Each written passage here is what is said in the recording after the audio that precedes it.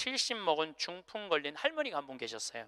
근데 이 할머니가 내가 한 달에 한 번 갈 때마다 이런 말을 해요. 신부님, 한 달에 한 번 나 찾아오는 건 신부님밖에 없다고.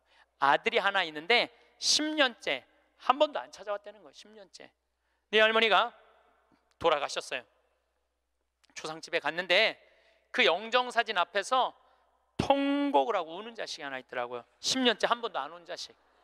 뭐라고 우느냐면은, 어머니 왜 기다려주지 않고 벌써 돌아가셨느냐고.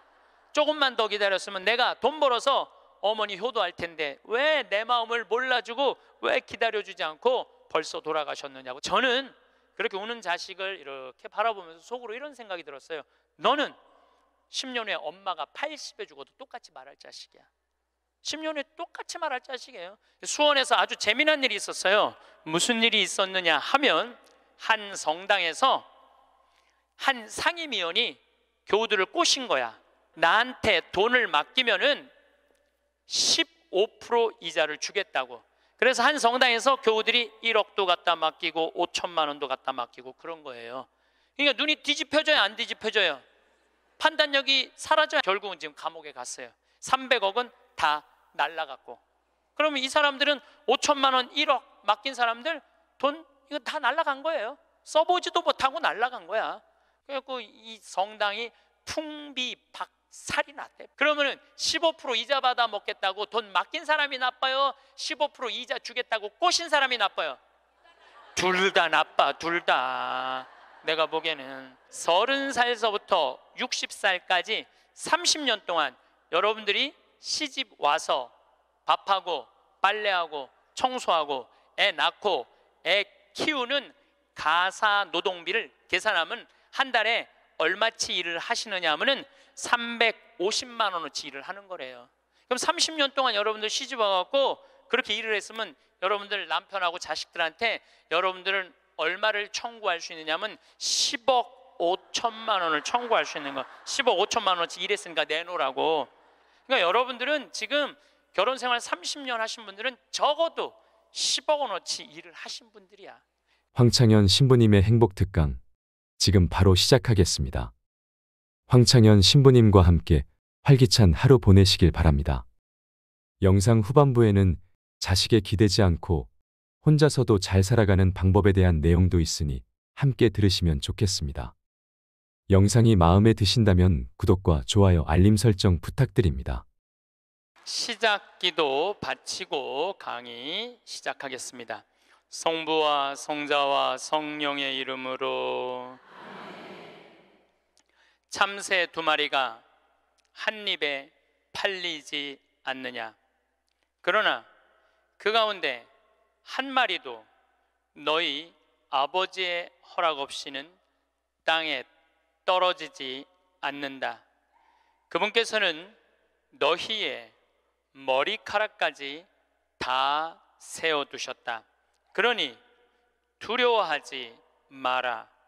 너희는 수많은 참새보다 더 귀하다. 영광이 성부와 성자와 성령께. 성부와 성자와 성령의 이름으로. 참 예수님. 네, 반갑습니다. 오늘 강의 주제는 자신 껴안기입니다. 여러분들 이 세상에서 나 자신을 가장 잘 알고 이해할 수 있는 사람은 누굴까요? 그렇죠, 나예요. 나 자신을 남편이 이해할 것 같아요? 자식이 이해할 것 같아요? 네, 자신밖에 없어요. 또 내가 살아오면서 힘들게 고생한 거 아주 세세하게 알 수 있는 사람은 누구밖에 없을까요? 나밖에 없어요. 그런데 내가 고생하고 내가 마음고생하고 힘든 거 산 거 모르는 남편이 나한테 잘해주겠어요? 자식이 나한테 잘해주겠어요? 잘해줄 사람은 아무도 없어요.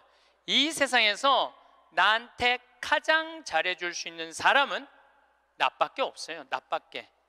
그런데 남편이 잘해주지 않는다고, 자식이 잘해주지 않는다고 계속 원망만 하는 이런 사람들은 어리석은 사람들이에요. 그러니까 오늘 이후부터 여러분들 남편이 잘해줄 때까지 기다리지 말고, 자식이 잘해줄 때까지 기다리지 말고, 누가 자신한테 잘해주면 돼? 내가 나한테 잘해주면 돼요.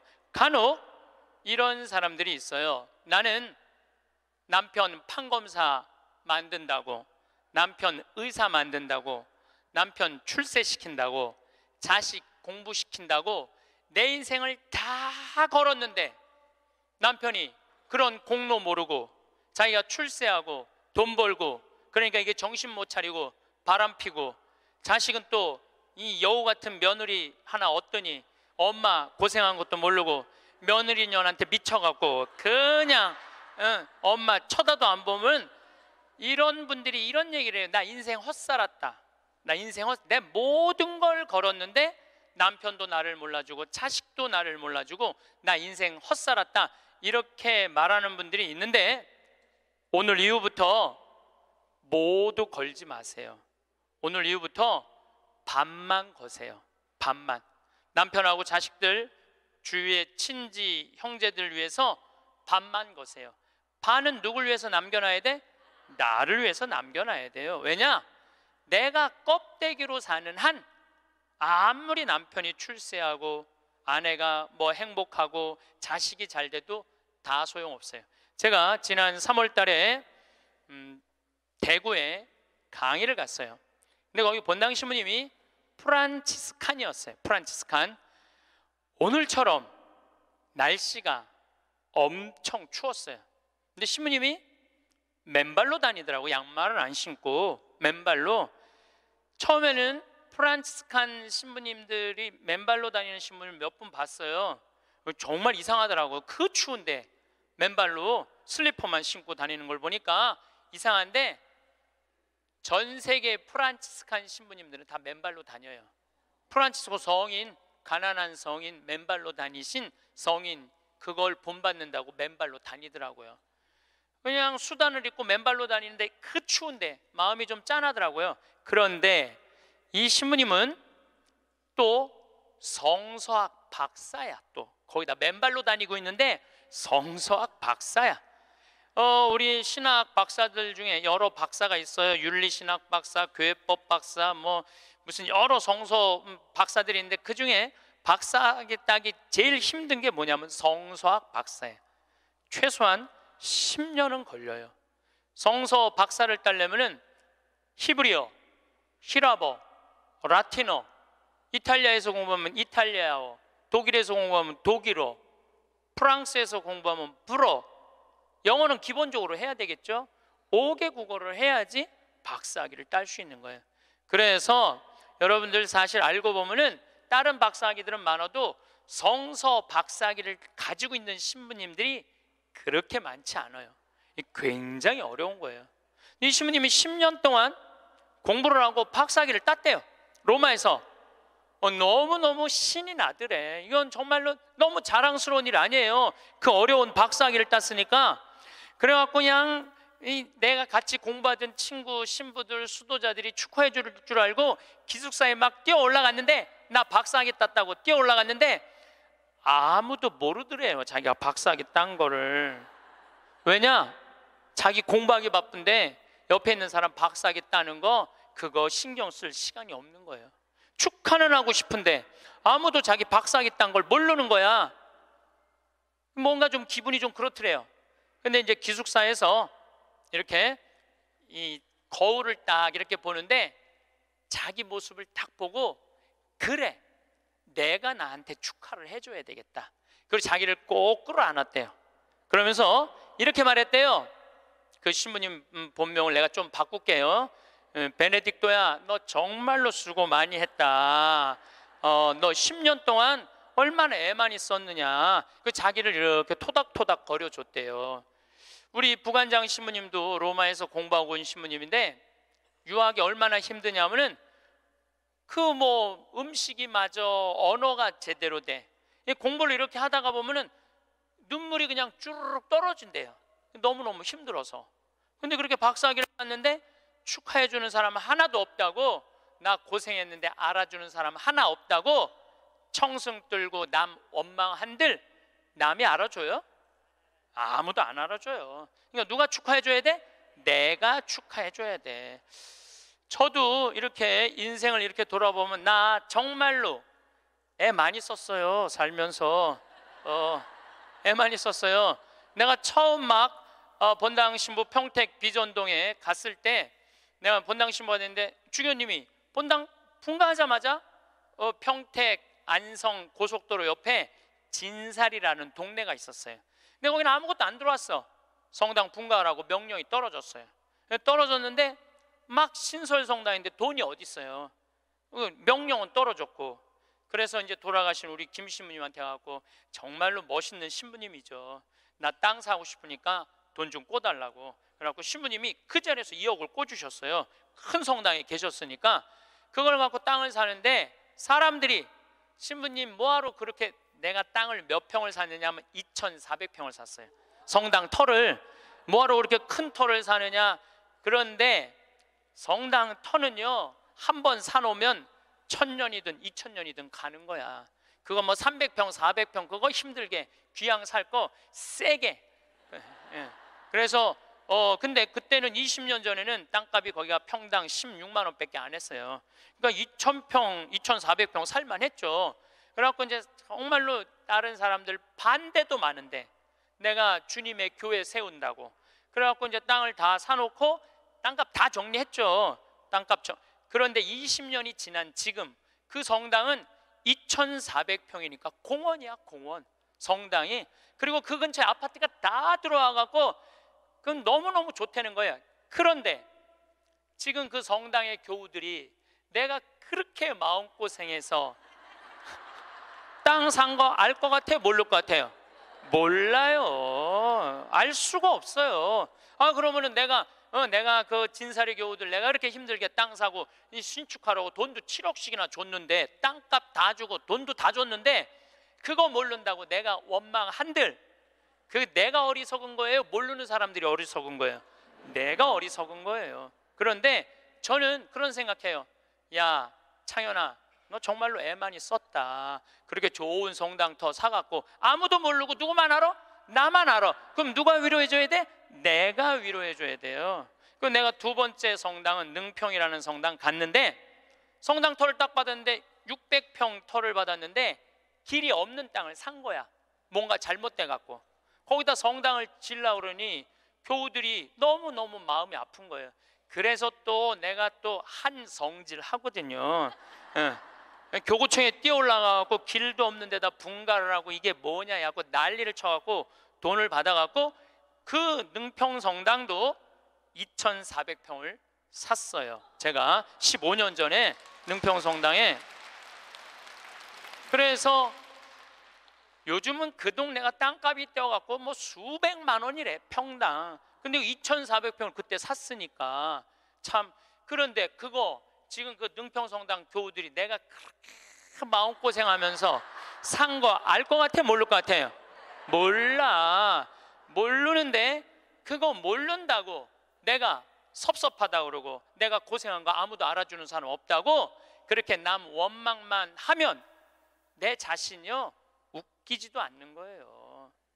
내가 하느님의 교회, 하느님의 땅, 그리고 내가 땅을 삼으로 해서 수많은 교우들이 10년, 15년 지난 그 교우들이 거기서 행복공원 같은 성당에서 사면 그걸로 됐지. 남이 굳이 알아줘야 돼? 그렇지 않아요? 대신 나는 나한테 이런 말을 해요. 너 참 기특하다. 너 정말 기특하다. 또 제가 강원도 평창에, 저는 수원교구 신부예요. 평창은 원주교구 소속이에요. 근데 거기다가 우리 교우들도 이제 좀 가서 쉴 수 있는 공간이 필요하다. 그래갖고 20년, 그것도 20년 전부터 제가 시작한 일이에요. 막 뛰어다니면서 거기다 집 지으려고 그럴 때 수많은 사람들이 반대했어요. 수많은 사람들이 누가 거기까지 가냐, 그 많은 돈을 들여서 왜 거기다 집을 줘놓으려고 그러느냐. 뭐 정말로 칭찬보다는 욕을 훨씬 많이 들었어요. 근데 지금은 올 연말까지도 피정이 끝나고 내년 10월 달까지 예약이 끝났대. 내년 10월 달까지. 그러니까 이 얘기 무슨 얘기냐 하면 교우들이 이제는 쉬고 싶은 거야. 쉬고 싶은데 그런 쉴 수 있는 공간이 필요하다는 거를 나는 아는 거고 내가 느낀 거야. 아무도 칭찬해 주는 사람 없고 함께 해 주는 사람 없어도 내가 열심히 해갖고 우리 교우들한테 휴식 공간을 제공해 줬어요. 제공해 줬으면은 그걸로 족한 거야. 남이 나를 알아주지 않아도 스스로 원망하지 않고 그걸 즐길 줄 아는 사람이, 이 공자님이 그런 사람이 군자라고 그래요. 저는 뭐 군자까지는 아니더라도 여러분들도 마찬가지예요. 여러분들도 6.25 전쟁 끝나고 난 다음에 똥구녕이 찢어지도록 가난한 시절에 그 힘들게 살아가면서 월세 살면서 정말 돈 아껴갖고 전세로 가고 지금 이렇게 살기 좋은 아파트에 살면서 그 자식들 조금 편안하고 안락하고 쾌적한 데서 좀 살게 해주려고 평생을 애를 썼는데 자식들이 아무도 몰라줘.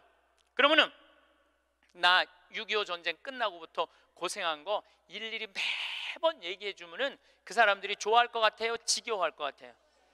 지겨워해요. 누구만 만족하면 돼? 나만 만족하면 돼요. 그래서 여러분들도 오늘 이후부터 주위 사람들한테 인정받으려고 하거나 이해받으려고 애쓰지 마세요. 누가 이해해 주면 돼? 내가 이해해 주면 돼. 누가 인정해 주면 돼? 내가 인정해 주면 돼. 얼마나 속이 편하네요. 그렇죠? 그러니까 나한테 잘해줄 수 있는 사람은 이 세상에 누구밖에 없어? 나밖에 없는 거야. 나밖에. 그런데 30살서부터 60살까지 30년 동안 여러분들이 시집 와서 밥하고 빨래하고 청소하고 애 낳고 애 키우는 가사 노동비를 계산하면 한 달에 얼마치 일을 하시느냐 하면은 350만 원어치 일을 하는 거래요. 그럼 30년 동안 여러분들 시집 와갖고 그렇게 일을 했으면 여러분들 남편하고 자식들한테 여러분들은 얼마를 청구할 수 있느냐면 10억 5천만 원을 청구할 수 있는 거. 10억 5천만 원어치 일했으니까 내놓으라고. 그러니까 여러분들은 지금 결혼 생활 30년 하신 분들은 적어도 10억 원어치 일을 하신 분들이야. 수원에서 아주 재미난 일이 있었어요. 무슨 일이 있었느냐 하면 한 성당에서 한 상임위원이 교우들을 꼬신 거야. 어떻게 꼬셨느냐면 나한테 돈을 맡기면은 15% 이자를 주겠다고. 그래서 한 성당에서 교우들이 1억도 갖다 맡기고 5천만 원도 갖다 맡기고 그런 거예요. 근데 여러분들 요즘 법정 이자가 1.25%예요. 법정 이자가 1.25%인데 15%를 준다는 거는 이건 사기야. 100% 사기라고 보시면 돼요. 5% 이자 준다고 그래도 사기야. 10% 이자 준다고 그래도 사기야. 15% 준다는 건 이건 생각할 것도 없이 사기예요. 그런데 1억을 은행에다 맡기면 한 달에 얼마를 받느냐면 10만 4천 원을 받아요. 여러분들이 지금 1억을 은행에다 맡기잖아요. 그럼 한 달에 10만 4천 원을 받을 수 있어요. 근데 이 사람 전례 분과장이래. 성당에 전례 분과장한테 맡기면은 한 달에 얼마를 받을 수 있느냐면은 125만 원을 받을 수 있는 거야. 그러니까 눈이 뒤집혀져요, 안 뒤집혀져요? 판단력이 사라져요, 안 사라져요? 1억 가지고 한 달에 10만 원 받는 게 나아, 한 달에 120만 원 받는 게 나아. 그래서 이 전례 분과장한테 홀딱 다 맡긴 거야. 근데 요즘 경제 성장이 1% 2% 그러는데 무슨 재주로 15% 이자를 줘요? 이 사람 결국은 지금 감옥에 갔어요. 300억은 다 날라갔고. 그러면 이 사람들은 5천만 원 1억 맡긴 사람들 돈 이거 다 날라간 거예요. 써보지도 못하고 날라간 거야. 뭐 이자 한두 번 받아 먹었겠지. 한두 번 해먹으려면은 좀 꼬셔야 될 거 아니야. 그러니까 야 진짜 15% 나오더라. 한 3달 4달 되면서 딱 끝나고 나니까 딱 먹고 끝난 거예요. 그래갖고 이 성당이 풍비박살이 났대. 풍비박살. 냉담자 속출하고. 본당 신부님 정말 이게 권위 땅에 떨어지고 전례 분과장인데 참 기가 막힌 거죠. 그러면은 15% 이자 받아 먹겠다고 돈 맡긴 사람이 나빠요? 15% 이자 주겠다고 꼬신 사람이 나빠요? 둘 다 나빠, 둘 다. 내가 보기에는. 여러분들, 돈 5천만 원이면은요, 이스라엘 성지순례를 10번을 갔다 올 수 있는 돈이에요. 10번. 여러분들이 이스라엘 성지순례를 10번을 갔다 오잖아요. 그럼 여러분들은 예수님하고 트고 지낼 수 있어. 트고 지낼 수 있어. 내가 이스라엘 성지순례를 지금 5번 갔다 왔거든요. 그것도 3번은 도보 성지순례로 갔다 왔어요. 이스라엘에서 차 안 타고 다니고 다 걸어 다녔어요. 나자렛에서부터 가나까지 걷는 거예요. 한 20km 돼. 그러니까 성모님, 예수님하고 성모님 가나 혼인잔치 갈 때 성모님 나귀에 태우고 예수님 걸어서 어머니 모시고, 그 아마 가까운 친척 됐겠죠. 가갖고 하고 그 다 걸은 거야. 또 가나에서부터 갈릴리아까지 한 40km 돼. 그것도 다 걸었어. 다 걸었어. 이게 걸어보니까요, 성서 말씀이 거의 튀어나와 나한테. 너무너무 좋더라고요. 5번 걸어보니까 예수님하고 나는 지금 어떤 상태냐면 거의 틀라고 그래 지금. 거의 틀라고 그래. 예수님하고 거의 틀라고 그래. 근데 성서 강의라면서 병 고치는 얘기를 하는데 나는 치유의 은사가 없다. 고민을 했어요. 기도를 했어요. 하느님, 뭔가 좀 치유를 하고 싶은데 이게 손에서 뭐가 나와야지 이게 치유를 해줄 거 아니냐. 그랬더니 하느님이 하시는 말씀이 꼭 네 손으로 해야 되느냐. 네 손으로. 의사 손 빌리면 안 되느냐. 그래갖고 내가 가톨릭 의료원에 연락했어요. 빈센트 병원에 연락해갖고 뭐라고 그랬냐면은 정말로 수술하면 꼭 나을 수 있는데 돈이 없는 사람 나한테 연락해라. 그래갖고 강의 끝나고 난 다음에 강의로 기분 좋으면은 강사료 다 내라. 한 600명 들어오는 데니까 한 600만 원 모아지겠지. 그리고 만약에 모자라면 내 인세 있잖아. 책 파는 거, CD 파는 거. 그게 어마어마하거든요. 그거 뭐 할 거야? 내가 마누라가 있어, 자식이 있어. 그거 해갖고 12명을 선정을 해서 지금 찾고 있어요. 그런데 내가 어린아이를 찾아달라고 그러니까 그 병원에서 그러는 거야. 신부님, 이제 우리나라가 시스템이 잘 돼 있어갖고 돈 없는데 심장병 어린애들은 다 고쳐준대요. 재단이 많아서. 그러니까 애들은 신부님이 안 고쳐줘도 된대. 야, 우리나라 좋은 나라야 보니까. 그러면은 일반인들도 웬만한 제도에 걸리면은 다 고쳐줄 수 있대요.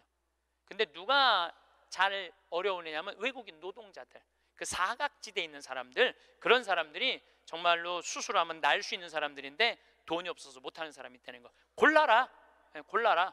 아니 여러분들 꼭 치유를 안수기도로 해갖고 꼭 고쳐줘야 돼? 이게 날지 안 날지도 모르는데 이걸 눌러갖고 이게 차라리 의사 손 빌려갖고 확실하게 고쳐주는 게 낫지 않아요? 그렇죠? 그래서 내년에는 제가 3월 8일부터 강의하면서 한 사람씩 고쳐주고 싶어요. 의사 손을 빌려서. 여러분들 인생에 있어서 가장 중요한 거는 먹고 마시고 노는 일이에요. 만약에 여러분들이 먹지도 않고 마시지도 않고 놀지도 않으신다면 여러분들은 헛사는 거예요. 먹고 마시고 놀아야지 인생을 제대로 사는 거예요. 이거는 예수님도 그러셨고 소크라테스도 그랬고 공자님도 그랬고 부처님도 그랬어요. 다. 근데 이분들은 1억 모은다고 먹지도 마시지도 놀지도 않은 거야. 근데 앞으로도 못 쓰는 거예요. 그럼 이분들은 가슴에 피멍이 드는 거예요. 그리고 이분들 뭐라고 그럴 것 같아? 내가 성당 나갔더니 사기꾼밖에 없더라. 믿을 놈 한 놈도 없더라. 하느님이 있긴 어디 있느냐. 그리고 냉담할 거야. 하느님 버리고 돈 버리고 자기 마음 버리는 거죠. 그리고 하느님이 언제 15% 이자 주는데 투자라고 그랬어? 왜 하느님 탓을 해?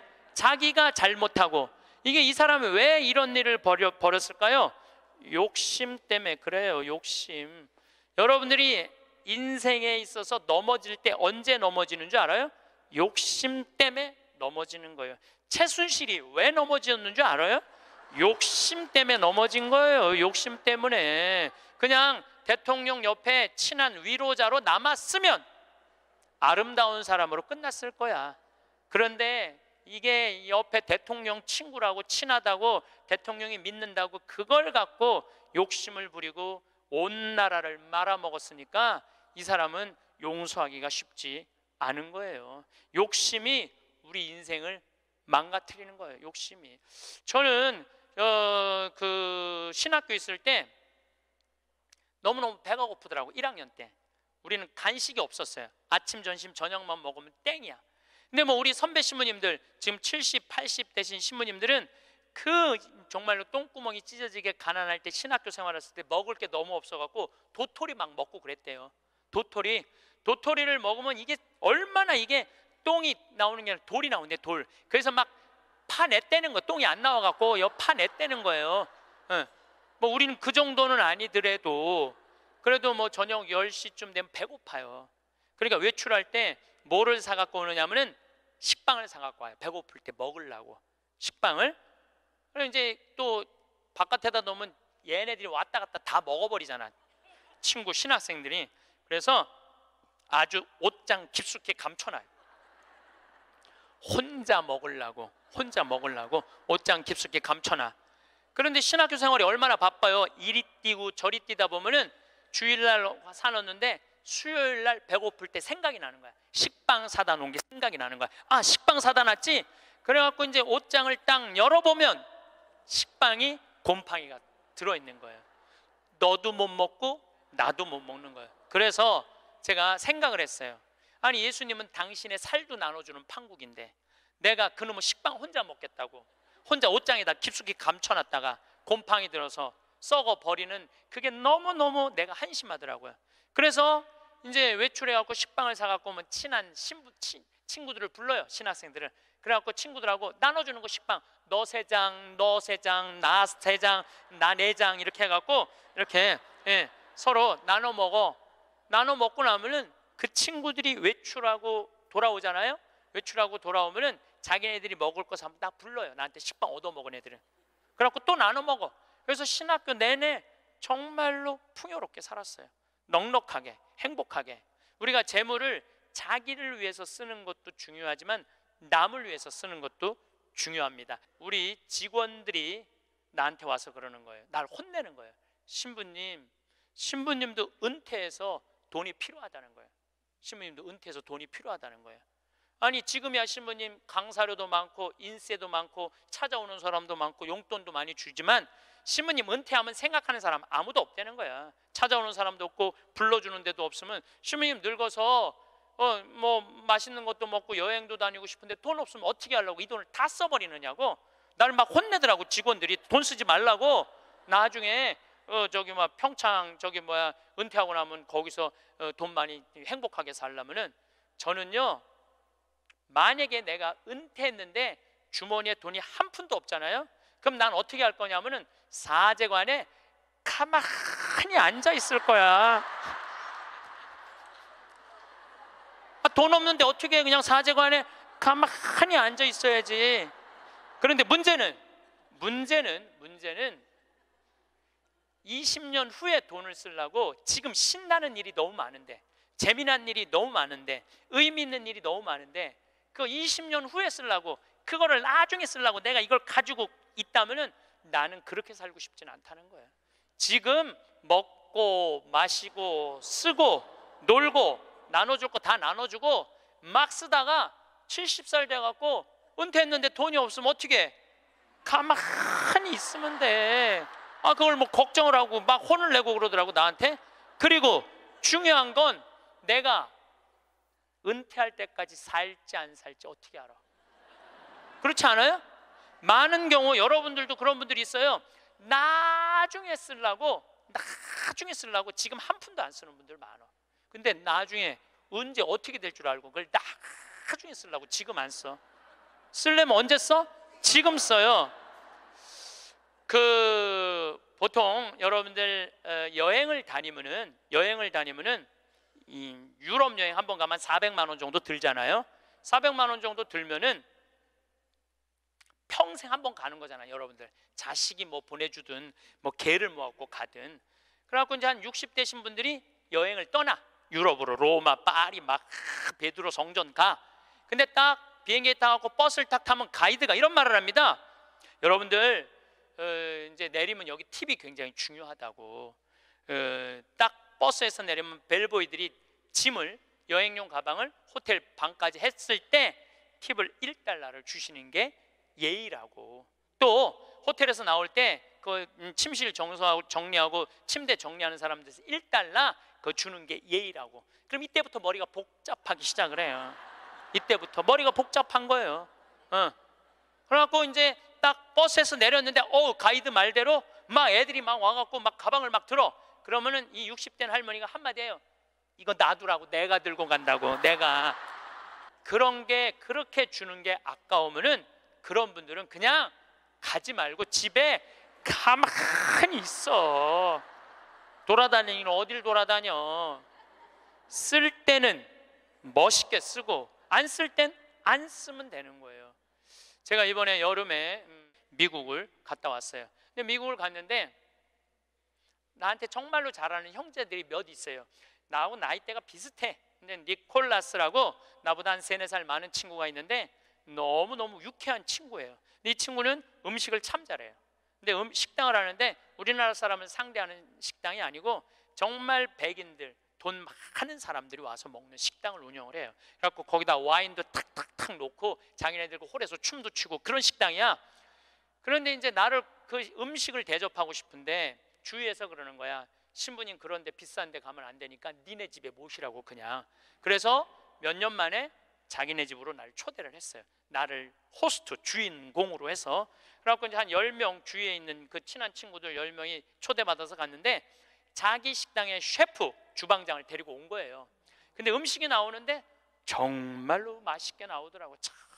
정말 별로 먹어봤던 적이 없는 기가 막힌 음식들이 나와서 또 영어로 막 설명을 막 하는데 정말 맛있더라고요. 그래서 뭐 나는 뭐 딜리셔스 계속 이러면서 먹었죠. 계속 그랬는데 우리 니콜라스가 신부님 세계 모든 데 강의 다니고 많은 사람들 위로하고 그러니까 내가 오늘 특별하게 아끼는 와인을 내겠다는 거예요. 근데 와인이 나왔는데 그야말로 몇백만 원짜리 와인이 나온 거예요. 내가 가격을 여러분들 위화감 조성할까 봐 말을 안 할 건데 내 생태마을 월급 한 3달치 와인이 나온 거예요. 생태마을 월급. 그 와인 기가 막히게 1995년 보르도산. 그때 굉장히 가물었대요. 그래갖고 이 포도가 이 흙을 빨아들이는 거야. 땅 힘을. 그 포도로 만든 와인은 가격이 아주 천양지차라는 거예요. 그거를 그냥 열 몇 명이 이렇게 나도 이제 한 잔 반 먹고 고기하고 먹는데 정말로 특별하더라. 그 비싸서가 아니라 우리 니콜라스의 마음이 너무너무 특별하더라고요. 근데 그 다 공짜 아니에요. 공짜잖아요. 그런데 이제 거기 셰프가 왔다 갔다 하는데 내가 주인으로서 뭔가 좀 기분 고맙다는 표시를 해야 돼갖고 셰프를 불렀어요. 팁을 줘야 되겠다. 그래서 이제 속으로 고민을 했죠. 가슴이 심장이 쫄깃쫄깃했지. 50달러를 줄까 100달러를 줄까. 그런데 결국은 이제 50달러를 줬어요. 50달러를 딱 줬는데 너무너무 그 백인 셰프가 고맙다고 그러더라고요. 그래서 난 지금 후회돼. 왜 100달러를 못 주고 그걸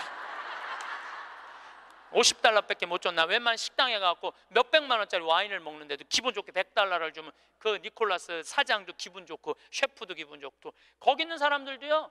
내가 딱 멋있게 딱 팁을 주고 하면은요 뒤에서 그래. 야, 우리 신부님 정말 멋있다. 근데 내가 하나도 안 내놓고 그냥 가면 저 신부님 좀스러우네. 다 그래요.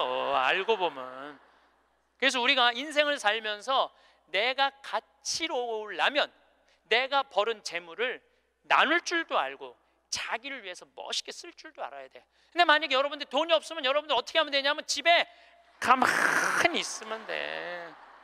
그것도 결코 슬픈 거는 아니에요. 3년에 걸쳐서 강의 주제가 참 재밌어요. 2년 전에는 죽음 껴안기, 작년에는 삶 껴안기, 올해는 자신 껴안기예요. 이게 무슨 얘기냐 하면 잘 죽으려면 잘 살아야 돼요. 잘 살려면은 자신한테 잘해줘야 돼요. 아주 단순해요. 그러면은 자신한테 잘해주려면은 첫 번째 전제 조건이 있어요. 내가 누군지를 알아야 돼. 내가 누군지. 여러분 요즘 텔레비전 보면은 인문학 특강 그러죠? 뭐 한 2010년부터 인문학 특강 열풍이 불었어요. 근데 그 인문학 특강의 주제는 이 세 가지예요. 자신 껴안기, Who am I? 내가 누구냐? 내가 누구냐를 질문할 줄 알아야 돼요. 여러분들 60평생 살면서 내가 누군지 모르고 살아간다면 그건 참 답답한 인생이에요. 소크라테스는 뭐라고 그랬어요? 너 자신을 알라라고 그랬죠? 부처님은 뭐라고 그랬냐면 자신이 누군지를 아는 사람은 부처고 자신이 누군지 모르는 사람은 중생이라고 그랬어요. 중생. 그러니까 60평생 살면서 내가 누군지 모르고 사는 사람은 그냥 중생으로 사는 거예요. 껍데기로 사는 거예요. 나는 누구냐?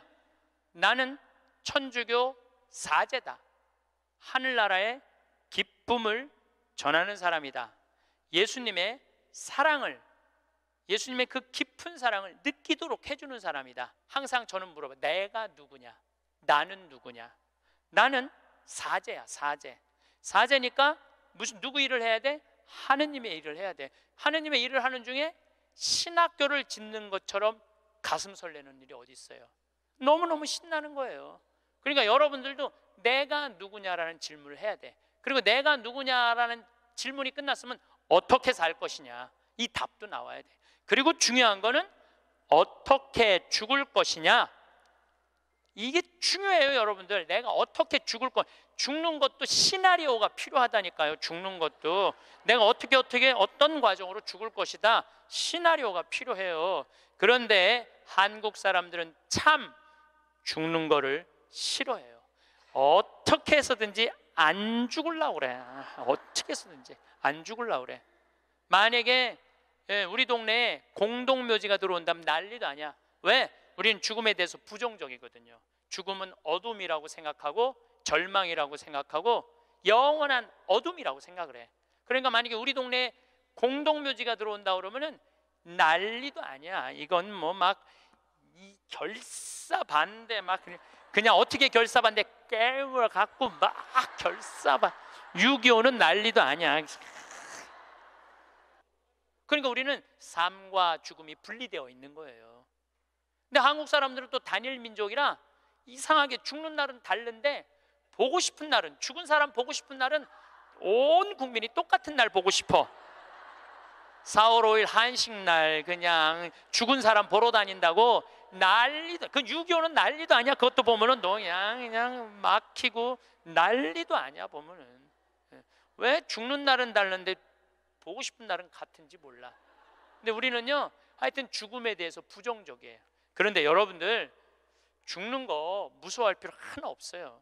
죽기 전까지는 절대 안 죽을 것이고 죽을 때 되면 그냥 행복하게 가면 되죠. 그러니까 죽음에 대해서 두려워하지 마세요. 그래도 죽는 게 싫어.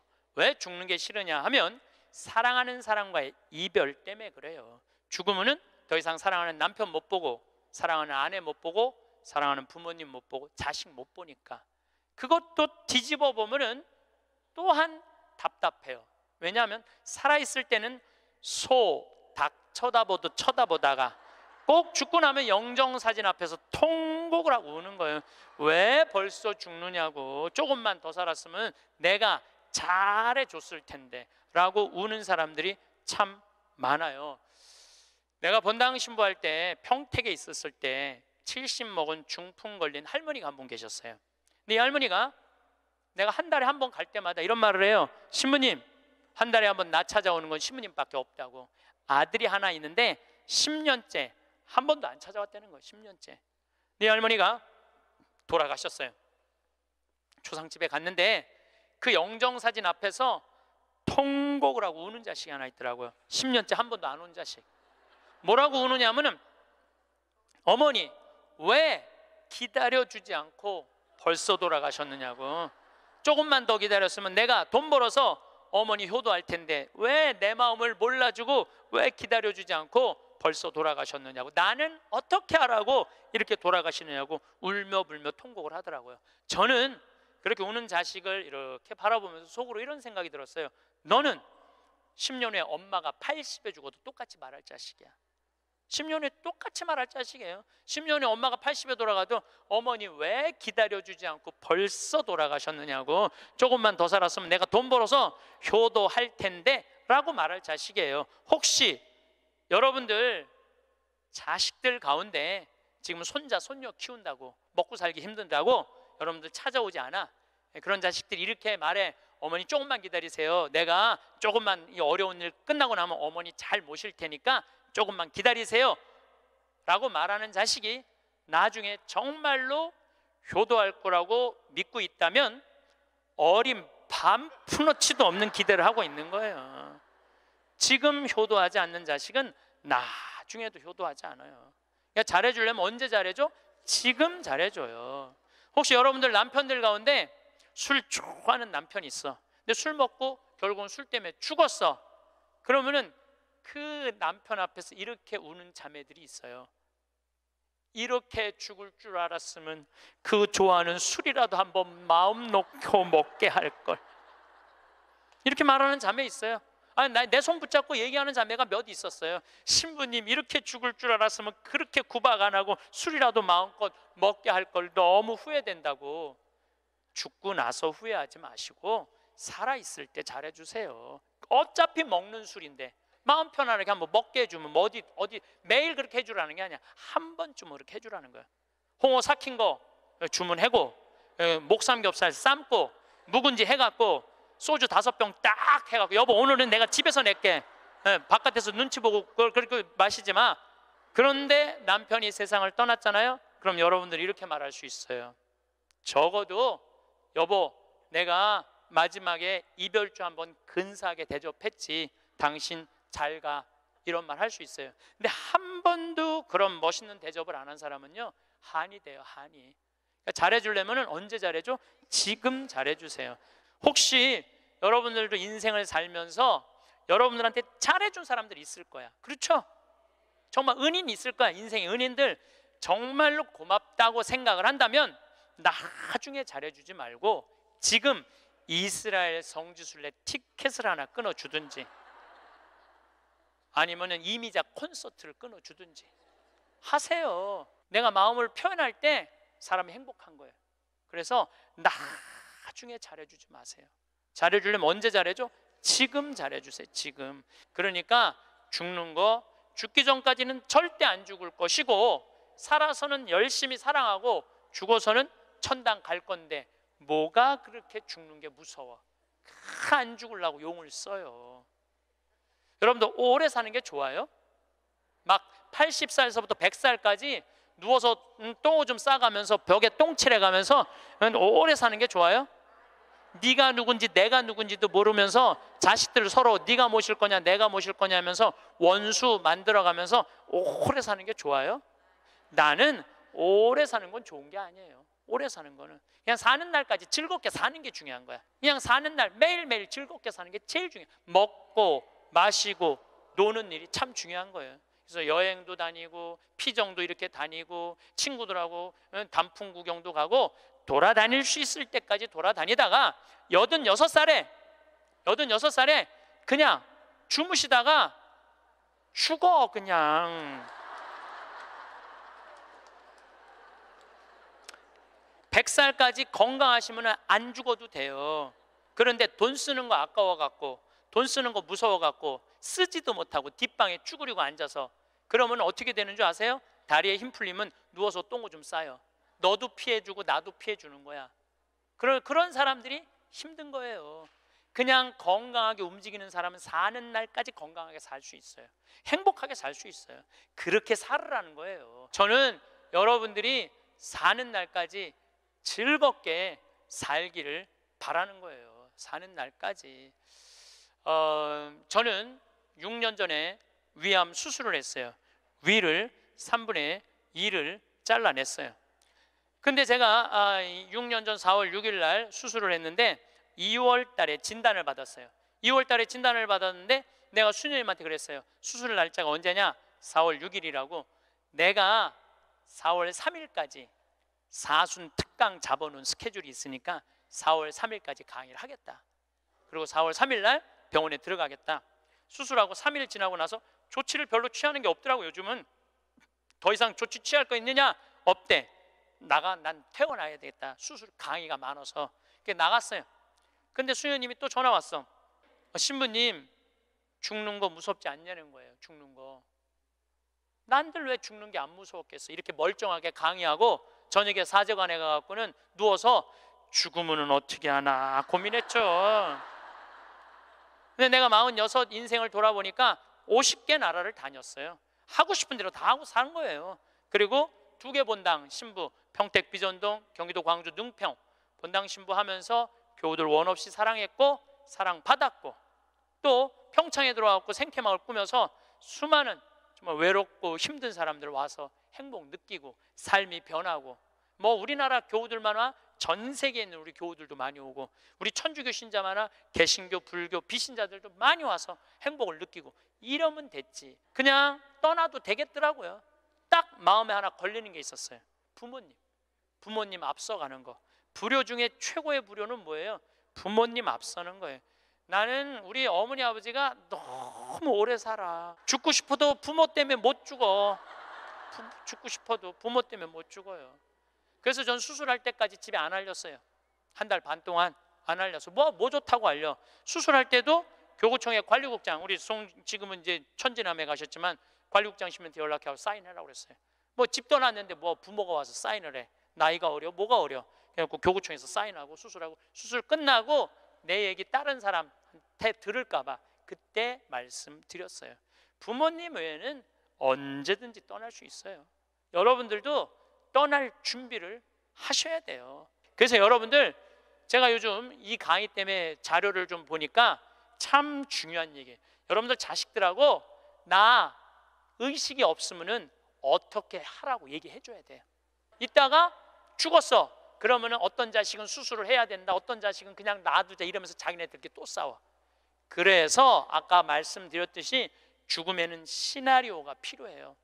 내가 어떤 과정으로 죽어갈 것이냐. 그래서 여러분들 죽음의 문제만 해결되면요, 사는 문제도 그렇게 어렵지 않습니다. 제가 마지막 아름다운 노년을 위해라는 글을 마침 기도로 바치겠습니다. 성부와 성자와 성령의 이름으로. 우리는 살아오다 어느 날 문득 노년을 보내고 있는 자신을 발견하게 된다. 머리카락은 희끗희끗 반백이 되어 있고 생각과 말과 몸은 마음같이 움직이지 않고, 자신보다 훨씬 커버린 자녀들은 사회인이 되었고, 영원히 함께 있을 것 같았던 그들이었건만 이내 하나둘 우리들의 품을 떠나가며 어느새 결혼을 하여 아빠 엄마가 되어 있다. 100년을 함께 살자고 맹세했던 부부는 오랜 세월을 살아오면서 어쩔 수 없이 늙어가는 서로를 바라보며 노년을 보낸다. 가족을 너무 의지하지 마라. 그렇다고 가족의 중요성을 무시하라는 것은 아니다. 움직일 수 있는 한 나 아닌 다른 사람을 의지하는 건 절대 금물이다. 자신의 노년은 그 어느 누구도 대신해 주지 않는다. 당신이 진정으로 후회 없는 노년을 보내려거든 자신의 것을 스스로 개발하고 스스로 챙겨라. 그리고 반드시 한두 가지의 취미 생활을 가져라. 산이 좋으면 산에 올라 세상을 한번 호령해보고, 물이 좋으면 강가에 앉아 낚시를 해라. 운동이 좋으면 어느 운동이든 땀이 나도록 하고, 책을 좋아하면 열심히 책을 읽고 글을 써라. 자식들에게 너무 기대하지 마라. 자식에게서 받은 상처나 배신감은 쉽게 치유가 되지 않기 때문이다. 부모를 만족시켜주는 자식은 그렇게 많지 않다. 기대가 큰 자식일수록 부모의 마음을 아프게 한다.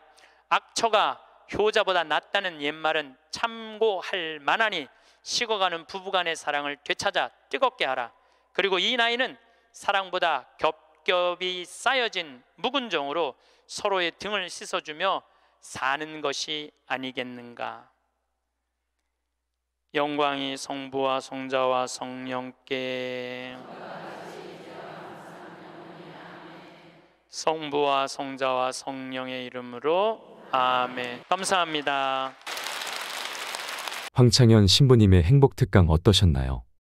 나이 70살 먹은 중풍 걸린 할머니와 자식의 이야기가 참으로 안타깝고 마음 아팠습니다. 잘해주려면 지금 잘해줘야 한다는 말씀도 참 와닿았는데요. 부모님은 절대로 기다려주지 않습니다. 영원히 함께할 것 같던 사람도 이내 하나둘 우리 곁을 떠나갑니다. 오늘은 자식에게 기대지 않고 혼자서도 잘 살아가는 방법에 대한 노년의 지혜를 준비했습니다. 부모라면 자식에게 다 해주고 싶은 마음입니다. 그래서 자식들 교육비, 결혼자금, 사업자금까지 다 대주고 손자, 손녀까지 봐주는 부모님들이 많습니다.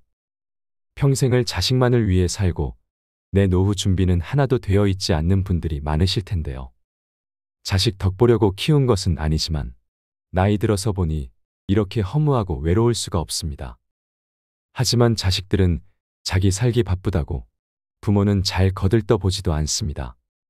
재산 있을 때는 그렇게 잘하더니 내가 가진 것 하나 없으니 짐짝 취급하듯이 냉랭하게 구는 자식들 때문에 상처받은 부모님들도 많습니다.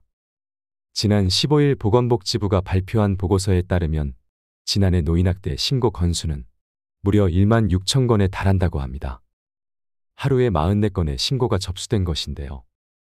연도별 학대 신고 건수도 꾸준히 증가하고 있습니다. 그런데 노인의 학대가 대부분 가정에서 일어난다는 것을 알고 계신가요? 전체 85%가 가정 내에서 발생한 학대였다고 합니다. 사랑하는 자식에게 학대를 당한 노인들의 가슴에는 시퍼런 멍만 남습니다.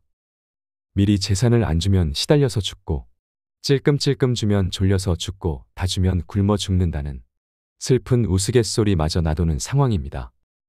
성인 자녀 입에서 노인은 돈 쓸 일도 없지 않느냐라거나 여유 있으면서 왜 안 도와주느냐, 상속 미리 한다고 생각하시라는 말이 나올 정도면 부모 자식 관계는 악화될 대로 악화된 상태입니다. 하지만 평소 자녀 리스크에 대비할 것을 누누이 강조해온 전문가들은 노후 자산을 너무 쉽게 내어주다가는 자칫 부모와 자녀 세대가 함께 무너질 수 있다고 경계합니다. 그렇다면 자녀 리스크를 피하려면 어떻게 해야 할까요? 첫째, 자녀에게 경제적 자립심을 갖게 해주고 금융 교육을 시키는 것이 명문대 졸업장보다 훨씬 중요합니다. 자녀가 스스로의 힘으로 살아갈 수 있도록 교육해야 한다는 얘기인데 이게 가능하려면 부모 스스로도 자녀에 대한 집착에서 벗어나야 합니다. 특히 저성장 시대에는 여건에 맞게 소비를 조절하고 절약하는 능력이 절실해집니다. 둘째, 은퇴 노후 전문가들은 목돈은 가능하면 현금 흐름으로 바꾸라고 조언합니다. 노인의 재산을 호시탐탐 노리는 세력은 도처에 있다며 목돈 그 자체가 폭탄 같은 위험물이라고 말합니다. 목돈을 연금이나 배당 수익이 나오는 형태로 묶어놓으면 자녀건 사기꾼이건 그 돈에는 손을 댈 수 없고 노인은 시간을 자신의 편으로 만들 수 있다는 것입니다. 여기 두 노인의 사례가 있습니다. 10억 이상의 현금을 가졌던 A노인과 해마다 4천만 원 연금을 받는 B노인의 노후 비교입니다. 두 분 모두 노안으로 10년째 요양시설에서 생활하고 있습니다. 자녀들은 극진히 모시지만 긴 병에 효자는 없는 법이죠. 그런데 A노인의 자녀들은 시간이 갈수록 어머니가 빨리 돌아가시기를 바라는 반면 B노인의 자녀들은 오래오래 사시기를 바라더라고 합니다. 왜 그럴까요? 목돈은 주인이 오래 살수록 줄어들지만 연금은 삶을 이어가는 한 따박따박 나오니 오래 살수록 유리하다고 생각하는 것입니다. 참 현실적이면서도 안타까운 얘기가 아닐 수 없습니다. 셋째, 부모의 노후 계획에 대해 자녀들에게 정확히 설명해주고 부모의 노후도 소중하다는 점을 공유해야 합니다. 부모 재산의 소유권은 부모에게 있다는 점도 분명히 해둘 필요가 있습니다. 50대, 60대는 자녀 교육에 올인하는 동시에 부모 봉양 부담도 짊어진 낀 세대입니다. 부모 세대가 80세를 넘어서면 건강이 급격히 악화되고 보살핌이 필요해지는 경우도 생깁니다. 자신의 노후 준비도 안 돼 있건만 기나긴 간병 부담에 맞닥뜨리는 것입니다. 독박 간병의 고통은 겪어보지 않은 사람은 알 수 없습니다. 특히 노인의 정신적 퇴행을 가져오는 치매는 간병하는 사람의 심신을 갉아먹는 재앙에 가깝습니다. 노인 간병은 길게는 10년 넘게 이어질 수 있습니다. 간병 때문에 직장이나 결혼 등 자신의 삶을 포기해서는 안 되는 이유입니다. 독박 간병은 사람을 피폐하게 만들기 쉽습니다. 방문 요양과 요양병원, 요양원 간병인 등 동원 가능한 사회적 지원을 모두 활용할 생각을 해야 합니다. 사회적으로 부모님이나 가족 보살핌이 필요한 우리 주변의 사람들을 믿고 맡길 수 있는 요양 제도를 구축해야 합니다. 세월이 흘러 현재의 5060세대가 간병이 필요해진다면 어떨까요? 50대, 60대는 대체로 형제가 여럿이어서 간병의 부담을 나눌 수 있었지만 자녀 세대는 한두 명에 불과합니다. 자녀가 결혼을 해도 각자 자기 부모의 간병조차 버거울 것임을 알 수 있습니다. 최악의 상상이지만 70대 부모와 90대 조부모가 모두 간병이 필요한 경우 자녀 세대 각자에게 4명분의 부하가 걸릴 수도 있습니다. 결국 5060세대는 자녀에게 간병을 기대할 수 없다는 얘기입니다. 그렇다면 베이비붐 세대가 본격적으로 간병을 필요로 하기 전 사회에 여력이 있을 때 간병의 사회적 지원 방식과 서비스질을 높이려는 노력이 필요합니다. 노후를 살아갈 다양한 공간과 방식에 대한 연구도 동반돼야 할 것입니다.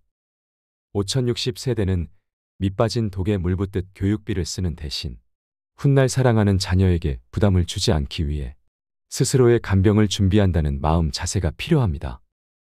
자식한테 퍼주지 말고 스스로 잘 움켜쥐고 살아야 합니다. 한국인이 가진 자식 리스크는 제대로 된 노후 준비에 가장 큰 걸림돌이 될 것은 자명합니다. 한국인이 자식을 위해 사교육비에 올인하는 것을 어떻게 생각하시나요? 하루가 다르게 변하는 세상에서 20세기식 교육에 기반한 사교육은 돈을 쓰레기통에 버리는 것과 마찬가지라고 합니다. 비참한 노후로 가는 지름길입니다. 실제 한국 경제의 허리인 40대는 자녀 교육과 내 집 마련에 힘쓰느라 노후 준비에 소홀한 실정입니다. 자녀가 있는 40대의 90%는 학원비로 월 평균 107만 원을 지출하는 반면 노후 준비를 위해서는 61만 원을 저축했습니다. 이들의 절반가량은 자녀 교육을 위해 이사를 했거나 이사할 계획이라고 했습니다. 사실 한국인처럼 자식에게 올인하는 부모는 세계 어디에도 없습니다. 나이 30이 넘어서 취직을 못하고 자포자기하면 끼고 살면서 용돈도 줍니다. 결혼한다면 자녀 전셋값을 위해 부모가 노후 비용을 탕진하려 됩니다.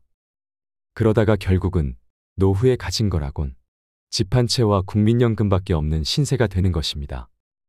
그마저도 자식에게 미리 증여하고 탈탈 털린 채로 자식 눈치 보며 살아가는 노부모가 많습니다.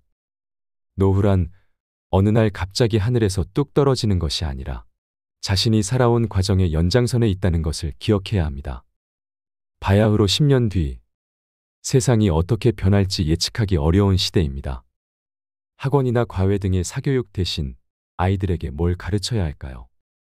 많은 석학들이 유치원 때부터 독서와 금융교육 같은 자녀들의 성장의 자양분이 될 경험과 살아있는 지식을 접할 기회를 줄 것을 권합니다. 다 쓰고 죽어라라는 책에서 재산을 모아 자식에게 물려주기보다 다 쓰고 간다고 생각하라고 조언했습니다.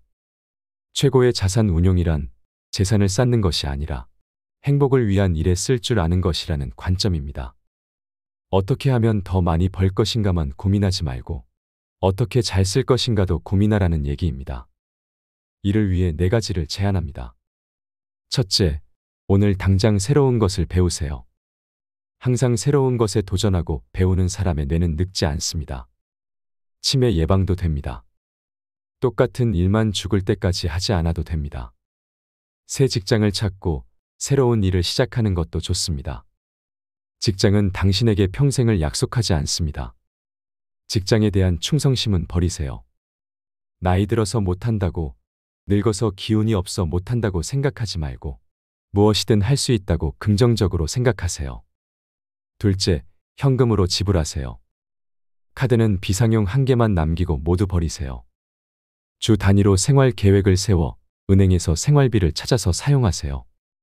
돈을 쓰는 게 불편해지면 불필요한 소비, 충동 구매를 피할 수 있습니다.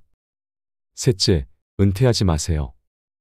은퇴 생활이 아름다운 휴가라는 건 환상입니다. 은퇴 후 20년간 신통차는 연금으로 연명하면서 빈둥거리게 될 수도 있습니다. 그러다 보면 건강도 나빠지고 우울증에 걸릴 확률도 높습니다. 무슨 일이건 찾아서 해보세요. 넷째, 다 쓰고 죽어야 합니다. 위 세 가지를 실천했다면 어느 정도 재산을 모았을 것입니다. 손자의 학비나 가족여행비 등 당장 요긴한 지원이 필요하다면 부담 없이 인심을 쓰고 감사 인사를 받을 수도 있습니다. 자식에게 남겨줄 유산이 없어서 걱정이신가요? 그런 생각은 하지 마세요. 자식을 잘 키운 것만으로도 부모 역할은 다 한 것입니다. 유산이 없으면 자식들이 당신의 죽음을 기다릴 일도, 형제끼리 다툴 일도, 가산을 탕진할 일도 없습니다. 다 쓰고 죽으라는 말은 결국 후회 없이 살라는 말입니다. 돈은 지금 행복하게 살기 위해서 모으고 쓰는 것입니다. 여러분 자식들이 원한다고 내 모든 것을 다해 금전적인 지원을 해주는 것이 정답은 아닙니다. 자식이 서운할까봐 거절도 못하고 내 주머니 털어서 자식 주머니에 그대로 넣어주면 자식은 제대로 독립하지 못하고 또다시 빈 주머니로 돌아와 부모 탓을 합니다. 자식에게 헌신하고 희생하는 것이 부모의 당연한 도리라고 생각하며 살아오셨다면 이제부터는 자식을 위해서라도 그 생각들을 버리셔야 합니다. 내 노후 자금으로 너희를 도울 수는 없다고 단호하게 말씀하셔야 합니다. 아니면 애초에 돈이 없다고 말하시는 편이 나을 수도 있습니다.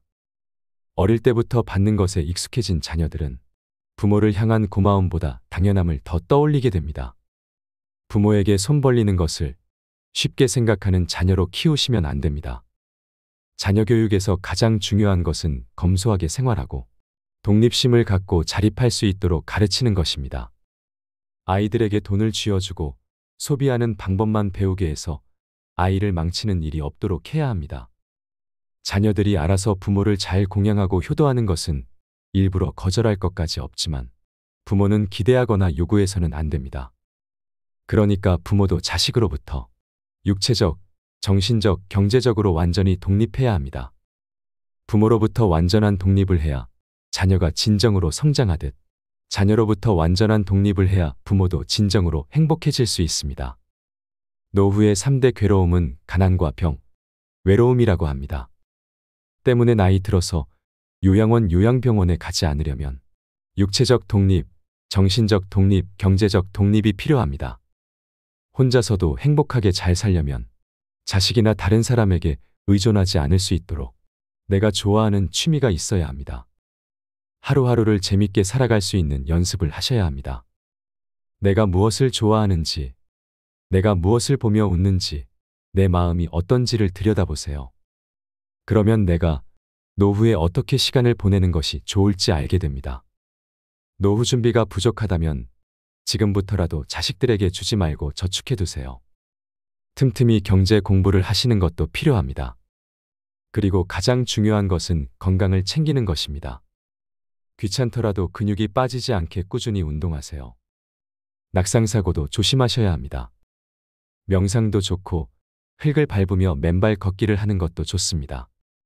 치매 부모를 돌보는 고충은 경험해 본 사람만 이해한다고 하지요.